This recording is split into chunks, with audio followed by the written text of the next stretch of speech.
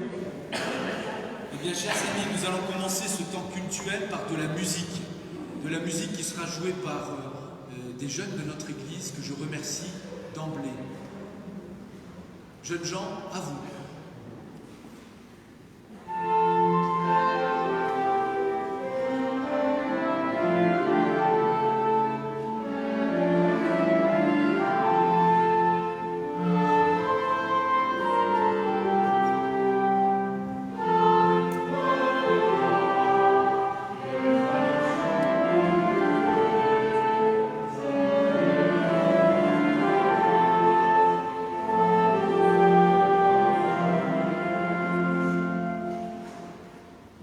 Amis, devant vous, la lumière, comme une colonne de feu élevée et droite et solide, au-dessus de l'épaisseur de vos nuits. Elle fend les ténèbres, elle expulse les forces mauvaises qui vous devant vous. Elle traverse les sombres mers de vos peurs et de vos oppressions. Elle vous conduit vers les rives de votre libération. Amis, n'ayez crainte. Même si sa flamme tremble et vacille sous les assauts du mal, elle demeure solide et ferme et souple face aux ennemis de la clarté. Amis, devant vous, la lumière. Elle vous chante la joie du Christ relevé du tombeau. Elle danse pour vous et elle vous entonne l'allégresse. Des Alléluia jettent leur musique par-dessus tous les cortèges de la mort. Amis, vous le savez, la colonne de feu, la flamme, la lumière, c'est le Christ ressuscité. Aussi, chantons notre joie. Je vous invite à vous lever et à chanter ensemble « Jésus sort de la tombe ».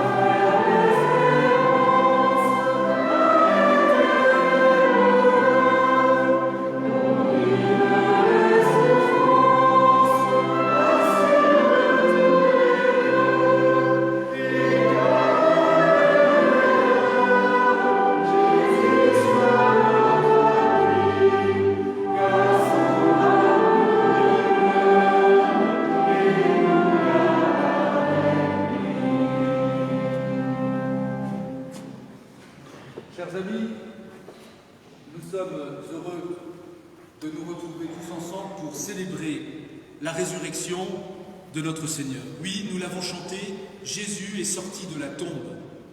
La mort s'est brisée sur la force de l'amour de Dieu incarné en Jésus.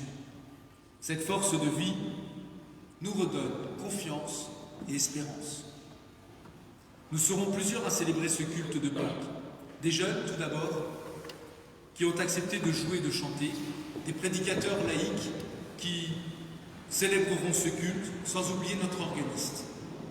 Mais c'est ensemble en Église, c'est-à-dire dans la communauté des amis de Jésus, que nous nous tournons vers lui pour lui rendre gloire. Aussi, que notre joie s'élève jusqu'à sa cour céleste. Rendons grâce à Dieu. Amen. Pour rendre grâce à Dieu, je vous en prie, restez assis. Nous allons avoir un temps de prière de louange qui sera proclamé, prié par Sarah Claire.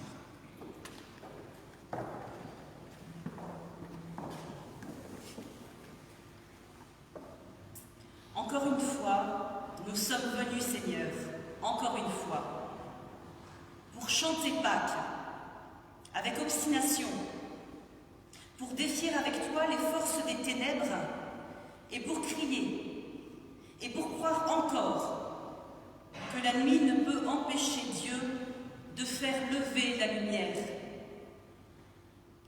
Nous sommes venus pour accueillir l'espérance auprès de toi, pour trouver la joie qui se lève et se maintient au milieu des doutes et des peurs, pour prendre auprès de toi la joie qui surgit et qui tient bon face aux conflits et aux difficultés, pour recevoir de toi la vie que rien ne peut écraser, même pas le fardeau de la mort. Nous voici donc, Seigneur, pour te regarder à l'œuvre. Toi, notre Dieu Seigneur, dont l'unique travail, dont l'unique occupation, depuis le commencement, consiste sans relâche à relever la vie pour l'éternité. Amen. Nous allons prier avec une prière de Charles Singer.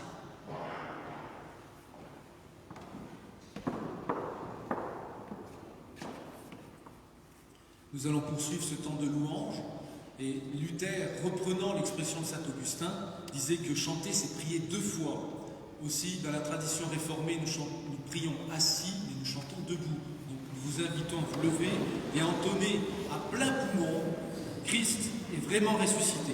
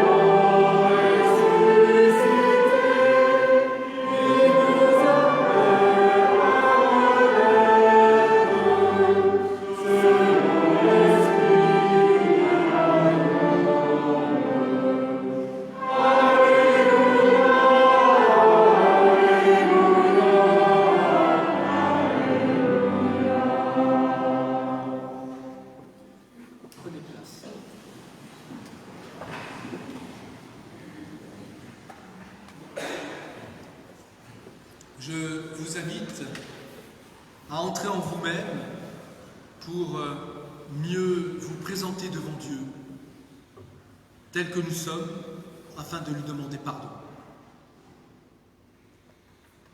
Seigneur Jésus, qui a traversé les profondeurs de la mort, tu nous prends par la main et tu nous conduis à la vie éternelle.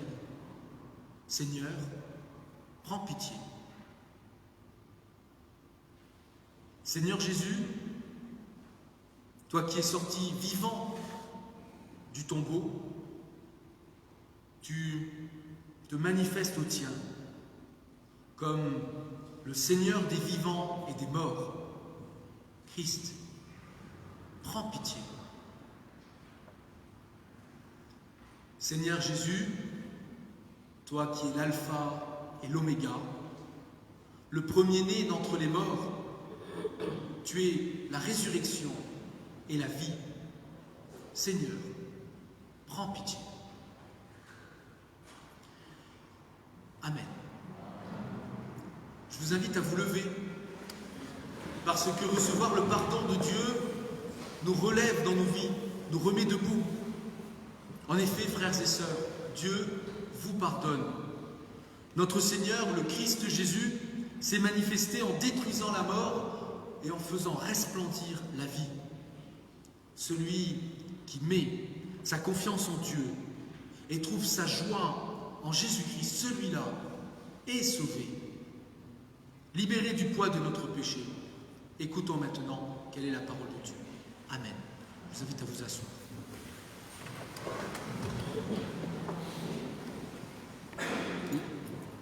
Avant que Stéphanie n'ouvre la Bible pour proclamer 3 textes dans le livre des Actes au chapitre 10, en Colossiens et en Marc, je vous invite à la prière. Ô Seigneur, accorde-nous ton Esprit Saint. Oui, souffle du ressuscité, permet qu'au plus profond de nous-mêmes un espace puisse s'ouvrir pour que ta parole vienne se poser et qu'afin que nous aussi, nous puissions être relevés, vivants, pleinement. Amen.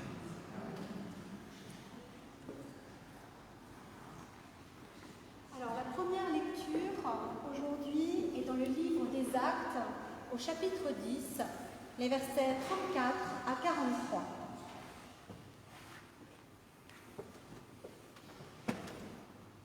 Alors, Pierre prend la parole et dit : « Maintenant, je comprends vraiment que Dieu accueille tout le monde. Si quelqu'un le respecte avec confiance et fait ce qui est juste, cette personne plaît à Dieu. C'est vrai dans tous les pays. Dieu a envoyé sa parole au peuple d'Israël. Il lui a annoncé la bonne nouvelle de la paix par Jésus-Christ, qui est le Seigneur de tous. Tout a commencé après que Jean a lancé cet appel. Faites-vous baptiser. Vous savez ce qui est arrivé, d'abord en Galilée, puis dans toute la Judée. Vous savez comment Dieu a répandu la puissance de l'Esprit Saint sur Jésus de Nazareth. Jésus est passé partout en faisant le bien. Il guérissait tous ceux qui étaient prisonniers de l'esprit du mal, parce que Dieu était avec lui. Et nous sommes témoins de tout ce qu'il a fait dans le pays des Juifs et à Jérusalem. On l'a supprimé en le clouant sur une croix. Mais le 3e jour, Dieu l'a réveillé de la mort et il lui a donné de se montrer, non pas à tout le peuple, mais à nous. En effet, Dieu nous a choisis d'avance comme témoins. Quand Jésus s'est relevé de la mort, nous avons mangé et bu avec lui. Il nous a commandé d'annoncer la bonne nouvelle au peuple et de rendre ce témoignage. Jésus est celui que Dieu a choisi pour juger les vivants et les morts. Tous les prophètes ont parlé de lui en disant : toute personne qui croit en Jésus reçoit par son nom le pardon des péchés. Et nous allons à présent entendre l'épître aux Colossiens au chapitre 3, les versets 1 à 4. C'est avec le Christ que vous avez été réveillés de la mort. Cherchez donc les choses d'en haut, là où le Christ se trouve, assis à la droite de Dieu. Le but de votre vie est en haut et non sur la terre. Oui, vous êtes passés par la mort et votre vie est cachée avec le Christ en Dieu. Le Christ est votre vie. Quand il paraîtra, vous aussi, vous paraîtrez avec lui et vous participerez à sa gloire. Et puis pour finir,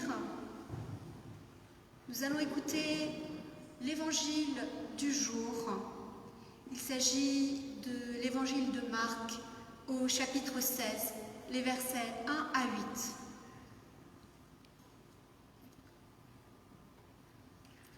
Quand le sabbat est fini, Marie de Magdala, Marie la mère de Jacques et Salomé achètent des huiles parfumées pour aller les mettre sur le corps de Jésus. Le dimanche matin, très tôt, au moment où le soleil se lève, elles partent vers la tombe. Elles se disent entre elles, « Qui va rouler pour nous la pierre à l'entrée de la tombe ?» Mais les femmes regardent et elles voient qu'on a déjà roulé la pierre. Pourtant, elle est très grande.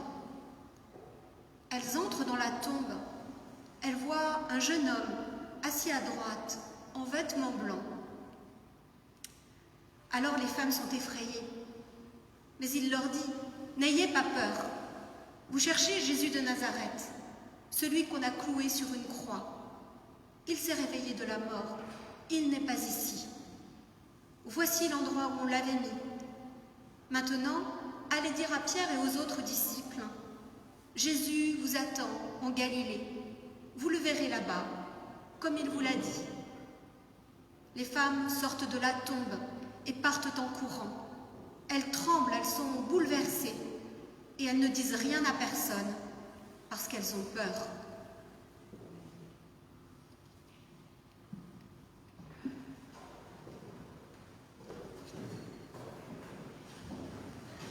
Nous vous invitons à chanter le cantique 34-18, « À toi la gloire », et nous le chantons en entier.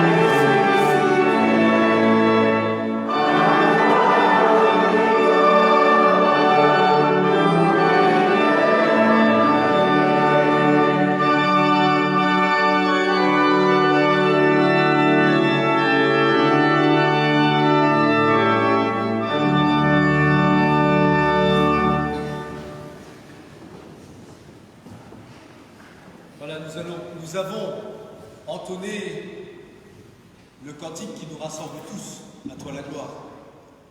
Et aujourd'hui, plus que n'importe quel autre jour, nous réalisons pourquoi dans nos temples nous n'avons pas de Christ sur la croix. précisément parce qu'aujourd'hui nous célébrons la résurrection de notre Seigneur. Et s'il est ressuscité, il n'est plus sur la croix. C'est ça la grande différence que nous avons avec d'autres significations, d'autres dénominations chrétiennes.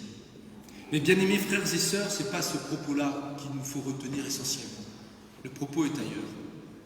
Il est temps, lorsque nous écoutons ce texte, et que nous nous rendons compte combien nous pouvons être touchés par ces trois femmes dont nous avons entendu le récit au matin de Pâques. Trois femmes. Trois femmes dont le nom nous est connu, Marie de Magdala, Marie et Salomé. Ces trois femmes témoignent de ce qu'est la fidélité. Fidèles à celui qu'elles ont aimé et chéri. Fidèles jusqu'à venir rendre un dernier hommage, que dis-je, un dernier honneur, puisqu'elles souhaitent embaumer, nous dit une traduction plus exacte du texte, le corps de Jésus. Alors peu importe que ce récit ne soit pas tout à fait réaliste, qu'un corps mort dans un pays chaud devient vite malodorant, surtout au bout de 3 jours, que les aromates odoriférantes, la myrrhe et autres aloès, nécessaires pour l'embaumement, soient d'un coup si exorbitants que ce n'était pas à la portée de ces trois femmes, puisque l'embaumement, ce n'était réservé qu'au roi. Peu importe ces incohérences, ces contradictions. Seul compte l'intention de ces trois femmes. Trois femmes envahies par la peine viennent s'incliner sur la dépouille mortelle. Délicatesse d'un geste rempli d'émotion, dernier adieu. Chacun de nous, dans cette assemblée, qui a vécu la perte d'un être aimé, peut se retrouver, s'identifier à ces femmes. Tout comme elles, devant la mort de l'être aimé, nous cherchons à manifester un dernier geste, un ultime adieu, un petit quelque chose qui révèle toute la grandeur de notre amour pour cette personne qui nous quitte. Des aromates, pour elle, signent l'importance de cet amour qu'elle voulait manifester. Pour nous, plus modestement, des fleurs, une plaque tombale, des pensées, prières, que sais-je encore. Notre tristesse s'exprime dans ces petits quelque chose. Habitées par le grand vide du désespoir et de la tristesse, ces trois femmes sont, pourrions-nous dire, complètement déboussolées. Elles perdent le sens de la réalité, comme le laissent suggérer les incohérences du texte. Elles se posent des questions, en chemin faisant. Qui va rouler la pierre? Sont-elles sottes, ces 5 femmes? Non, elles ne sont pas sottes. Perdre un être aimé nous fait perdre pied, nous fait perdre le sens de la réalité. Voilà ce que met en évidence ce texte. Hagard, déboussolée, notre humanité bute très souvent sur cette notion du tombeau. Ce tombeau devient alors le symbole du vide, le symbole du néant et de l'absurdité que représente la mort. Car la mort entraîne vite le vide dans nos cœurs, le non-sens de nos vies. La mort fait son travail, pourrions-nous dire, de sape des relations humaines. Mais voilà, avec Dieu, les choses ne sont pas toujours comme nous l'imaginons, nous, êtres humains. Ces femmes s'inquiétaient que la pierre serait un obstacle pour l'entrée dans le tombeau. Mais à leur arrivée, le tombeau est ouvert. Mieux, c'est un jeune homme, tout en blanc, qui les accueille, qui les attend. Basculement. Comme la pierre a basculé et le tombeau est ouvert, nos vies aussi peuvent être basculées. Là où le silence de la mort recouvrait nos vies, une parole peut y retentir. Là où la mort obscurcissait nos émotions, remplies de tristesse et de peine, la lumière de la vie nous apporte la joie. Basculement de la mort vers la vie. Voilà ce qu'est la résurrection. Ce lieu, ce tombeau qui accueille la mort de Jésus, Dieu le transforme. Nous étions prévenus. En lisant correctement le texte, nous savions que nous étions le premier jour de la semaine et que le soleil venait de se lever et non l'obscurité. Autant de signes qui indiquaient un nouveau commencement, un nouveau départ, peut-être même une nouvelle naissance. Oui, le soleil venait de se lever, comme pour nous indiquer que la nuit de nos vies ne reste pas toujours dans l'ombre du désespoir. Toujours, Dieu fait jaillir une lumière. Et il en fait la promesse en ce matin de Pâques, où Dieu a relevé son Fils de la mort. Ainsi, ce tombeau subit lui aussi un basculement, une transformation. Nous revenons toujours sur cette idée de basculement, car Pâques, c'est la grande idée du basculement. De lieu de mort, ce tombeau devient un lieu de vie, de joie, de lumière. C'est un ange qui accueille, un ange plein de vie et de lumière, tout en blanc, qui accueille ces trois femmes. Ce tombeau se transforme en ventre, en utérus. Un ventre d'où peut jaillir la vie, un ventre qui expulse la vie. Non, Marie de Magdala, Marie et Salomé, ne vous enfermez pas dans la tristesse, ne vous laissez pas envahir par la mort. Une promesse vous est faite dans la lumière de Pâques. Allez dire aux disciples que le ressuscité vous précède en Galilée. C'est là que vous le trouverez. Non, Marie de Magdala, Marie et Salomé, ne vous enfermez pas dans la tristesse et le désespoir. Dieu est ailleurs, il est ressuscité. Partez vous aussi sur les chemins de Galilée.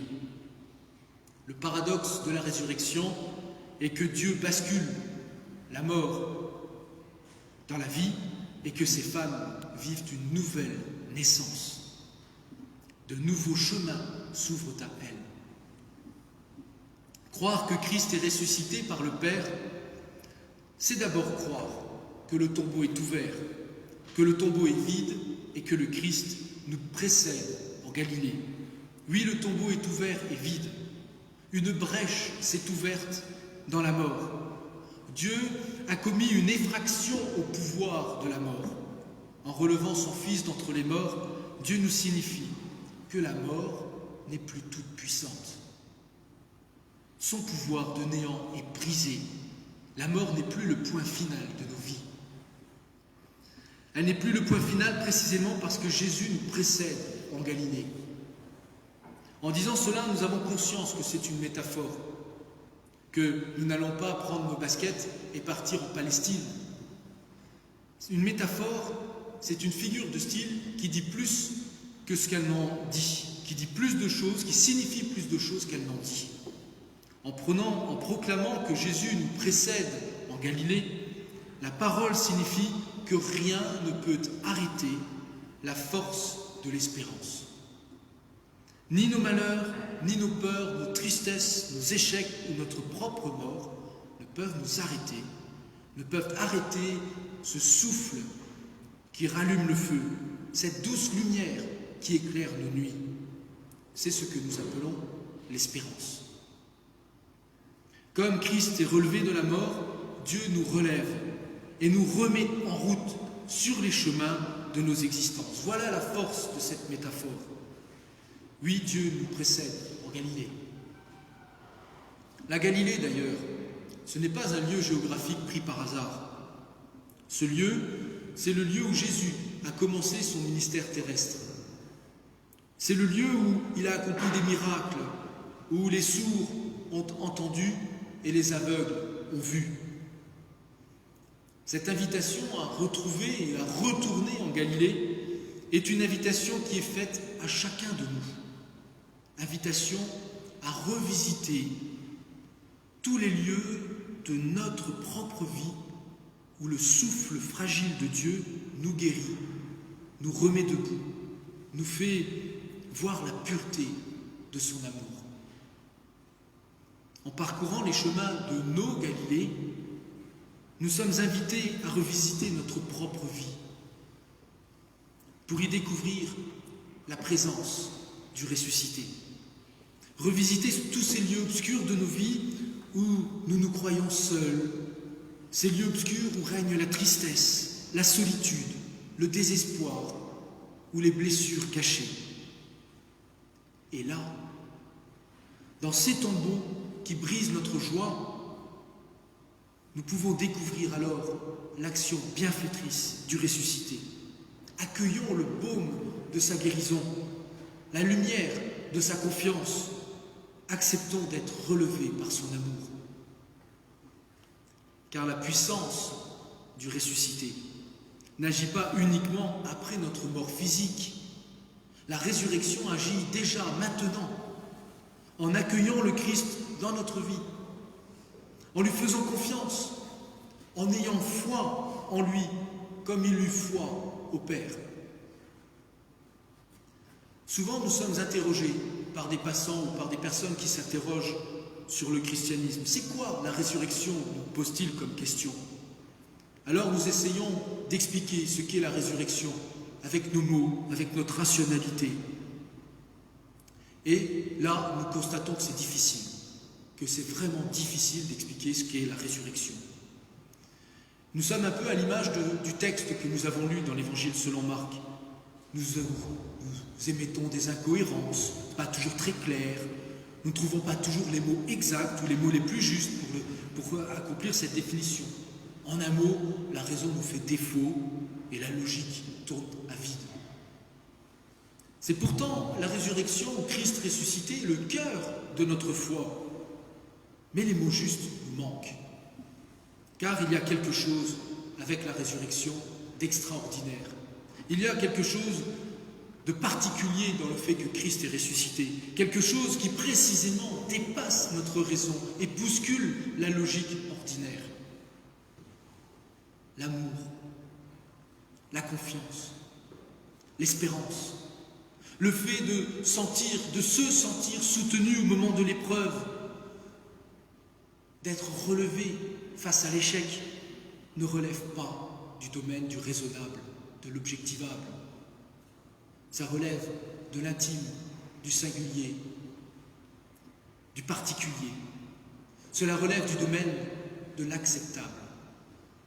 Accepter de se laisser traverser par le souffle de Dieu, accepter de laisser Dieu visiter nos obscurités, accepter de laisser agir la grâce, la gratuité de l'amour de Dieu.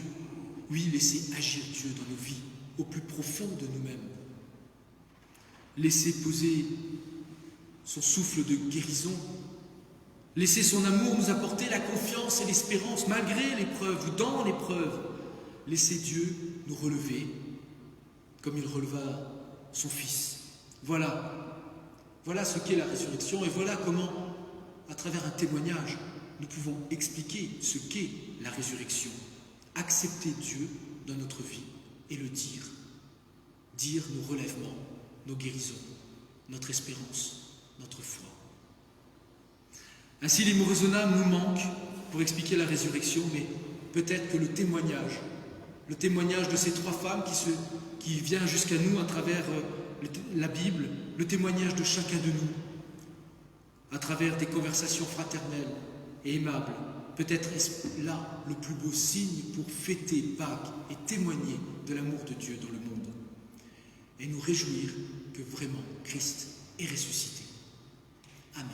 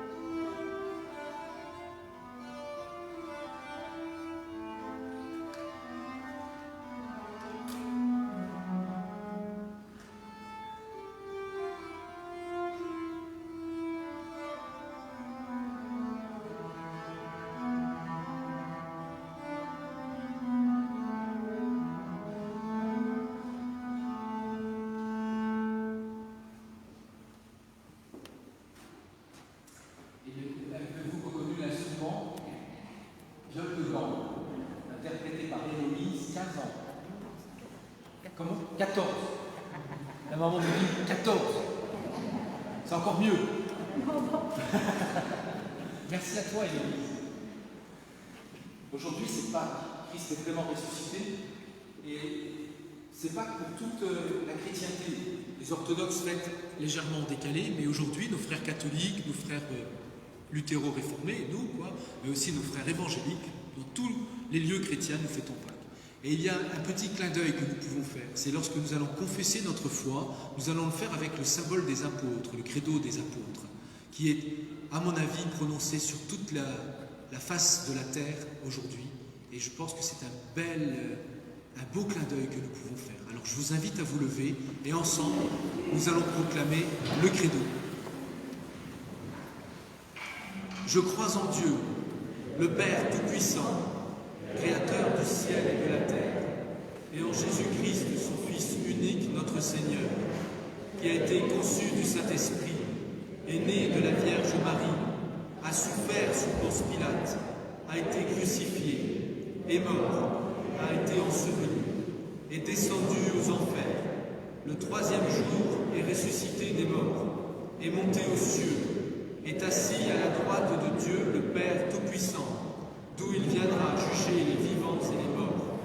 Je crois en l'Esprit Saint, à la Sainte Église universelle, à la communion des saints, à la rémission des péchés, à la résurrection de la chair, à la vie éternelle. Amen. C'est vrai. Je vous invite à vous asseoir. Vous avez remarqué une toute petite différence. On dit Église universelle, alors que dans d'autres dieux, on dit Église catholique. En fait, c'est une blague. Universel et catholique, ça veut dire la même chose. C'est maintenant le temps de l'offrande. Nous allons procéder à 2 offrandes. Une première offrande qui sera pour l'Église, affectée à l'Église. Et comme nous sommes le premier dimanche du mois, nous ferons une seconde offrande qui sera affectée à l'entraide protestante, qui répond à des besoins de fraternité entre les uns et les autres. Merci de votre générosité. Et durant ce temps d'offrande, l'ensemble musical interprétera un chant qui s'appelle « Chante Alléluia ».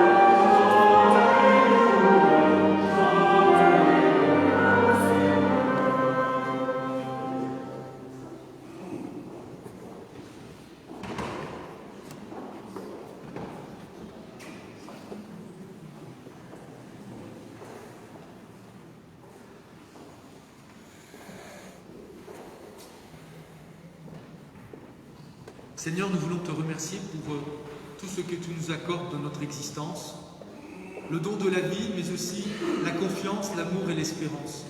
Toi, Seigneur, tu n'hésites pas à nous relever d'entre les morts. Accepte simplement cette offrande que nous te faisons. Mais surtout, accepte notre prière qui se tourne vers toi pour te dire merci pour tout ce que tu nous donnes dans notre vie. Amen. Nous allons maintenant avoir un temps de prière d'intercession Intercéder, c'est prier les uns pour les autres, c'est élargir aussi nos demandes à l'ensemble de la terre. Et c'est Gwen qui va nous porter dans cette prière d'intercession qui sera suivie du Notre Père.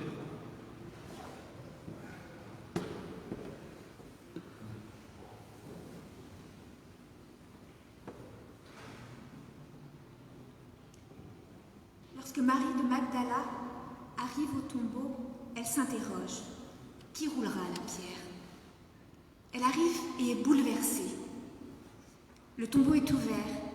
La pierre a été roulée. Prions.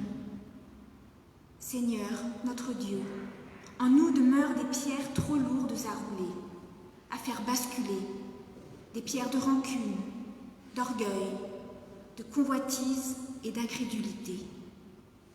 Elle ferme le tombeau de nos blessures secrètes, les cavernes obscures de nos souffrances cachées. S'il est vrai qu'au matin de Pâques, la pierre a été roulée, que ton souffle nous a libérés, viens maintenant ôter la pierre qui ferme notre cœur. Roule la pierre de nos tombeaux, que ta lumière transperce nos obscurités. Roule la pierre de nos peurs, que notre esprit s'ouvre à la confiance et à la foi. Roule la pierre de notre indifférence, que notre cœur s'élargisse et soutienne ceux qui luttent pour la vie, en particulier dans cette période d'épidémie virale. Que notre amour s'étende auprès de notre prochain. Roule la pierre de nos enfermements, que notre foi nous conduise sur des chemins d'espérance. Roule la pierre de notre incrédulité, que la résurrection devienne la grande affaire de notre vie. Par ta croix, tu as vaincu la mort. Fils du Dieu vivant, béni sois-tu. Et ensemble nous disons: Notre Père qui es aux cieux, que ton nom soit sanctifié, que ton règne vienne, que ta volonté soit faite sur la terre comme au ciel. Donne-nous aujourd'hui notre pain de ce jour. Pardonne-nous nos offenses, comme nous pardonnons aussi à ceux qui nous ont offensés. Et ne nous laisse pas entrer en tentation, mais délivre-nous du mal. Parce que toi t'appartient le règne, la puissance et la gloire, aux siècles des siècles. Amen.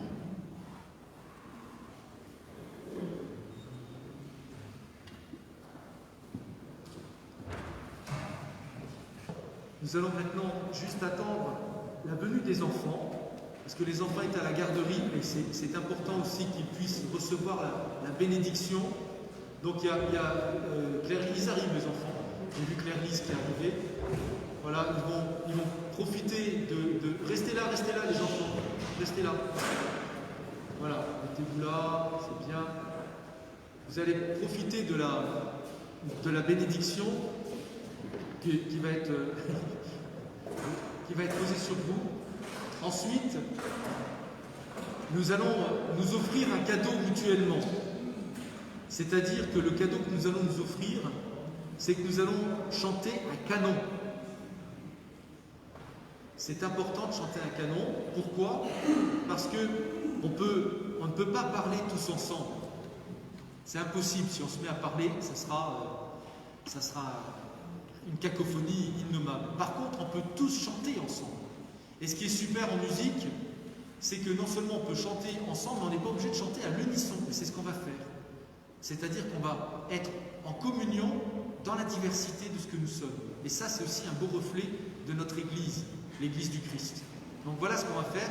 Et donc pour chanter ce canon, c'est Marie-Manuelle qui nous guidera, parce que le pasteur est vraiment très mauvais musicien.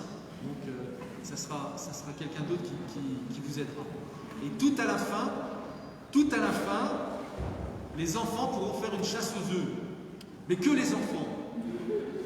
Les adultes interdits, pas de chocolat. Voilà, alors pour la bénédiction, j'invite les personnes qui ont fait le culte. Nous avons fait le culte ensemble, nous bénissons l'assemblée ensemble.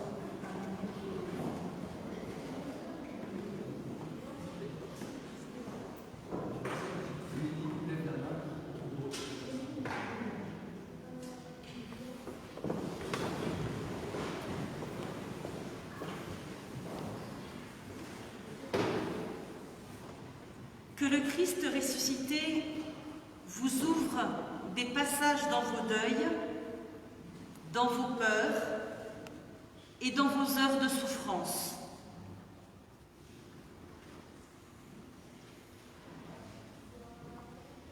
Que le Christ ressuscité chante en vous l'espérance plus lumineuse que les abîmes.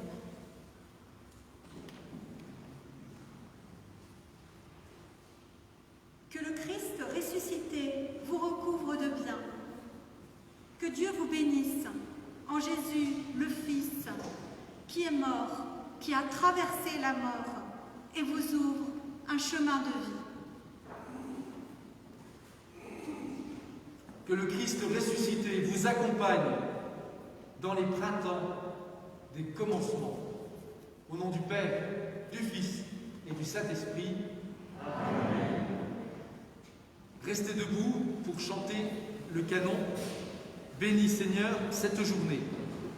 Madame, vous pouvez nous donner les indications? Alors, les indications, on va commencer tous ensemble, en même temps, on va chanter à l'unisson, deux fois tous ensemble, et ensuite nous chanterons. La première allée commencera, cette allée-là, et dans cette allée-là, je vois qu'il y a aussi plein de musiciens. Nous prendrons la deuxième partie, on recommencera vraiment comme le canon. À chaque fois, je vous donnerai le départ. Les musiciens, allez-y, bénis Seigneur cette journée.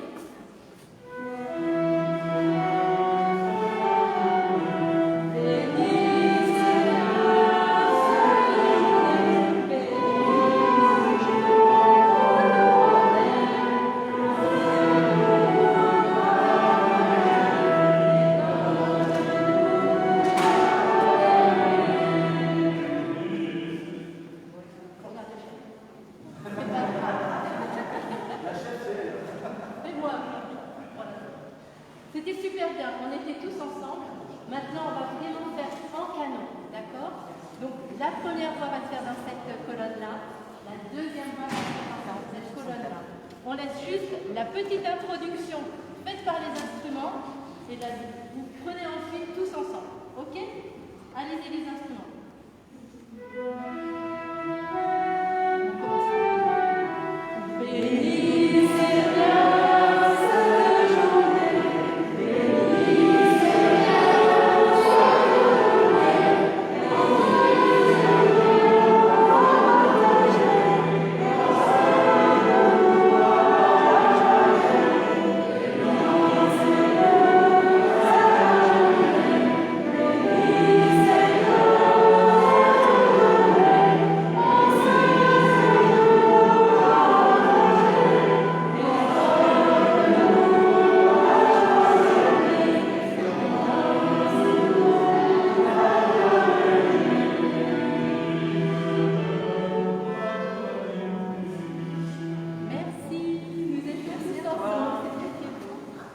Merci pour ce beau temps d'unité et de communion.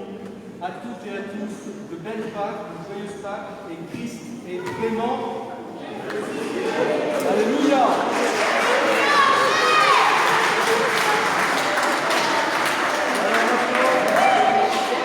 Maintenant, pour les plus jeunes d'entre vous, c'est la chasse aux œufs.